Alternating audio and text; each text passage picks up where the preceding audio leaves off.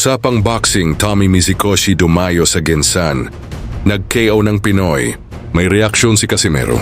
Mga ka-boxing, mainit na naman ang mga nangyaring laban sa mundo ng Philippine boxing. At isa sa pinag-uusapan ngayon ay ang Japanese fighter na si Tommy Mizukoshi na dati nang tinalo ni John Riel Casimero. Ngayon dumayo si Tommy Mizukoshi sa General Santos City para muling magpakitang gila sa boxing ring. At hindi nga siya nabigo sa kanyang performance dahil mabilis niyang pinatunayan ang kanyang lakas matapos niyang talunin ang kanyang Pinoy opponent via second round knockout. Sa unang round pa lang, makikita na agresibo si Tommy. Pinipilit niyang kontrolin ang distansya at naghahanap ng pagkakataon para makapagpakawala ng malalakas na suntok, habang sinusubukan naman ng kanyang kalaban na makasabay at depensahan ang sarili.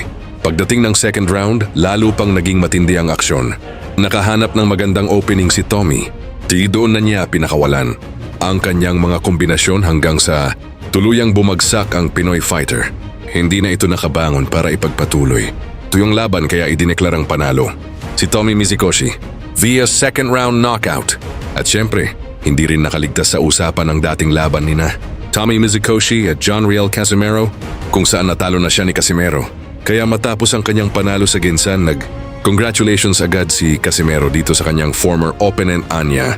Congratulations, Tom Mizukoshi, pinataob mo ang Pinoy na si Rolly Romero via knockout. Abati ka, sabi nila magtataho ka. Pinataob mo ang Pinoy sa second round lang. Samantala sa kabilang banda, magandang balita naman sa panig ng mga Pinoy dahil panalo rin si Vince Paras. Tinalo niya ang kapwa niya, Pinoy opponent, at ipinakita na seryoso siya sa kanyang boxing career. Isa na namang magandang dagdag sa kanyang record ang tagumpay na ito.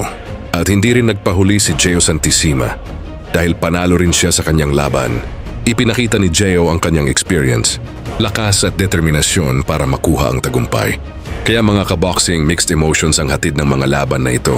May Pinoy na natalo via second round knockout kay Tommy Mizukoshi, pero may mga Pinoy naman tulad nina Vince Paras at Gio Santissima na nagbigay ng magandang performance at parehong nag-uwi ng panalo. Anong sa tingin yung mga ka-boxing? I-comment nyo ang opinion sa comment section para pag-uusapan natin yan. At huwag kalimutang mag-like, share, follow, and subscribe para sa panibagong latest boxing update.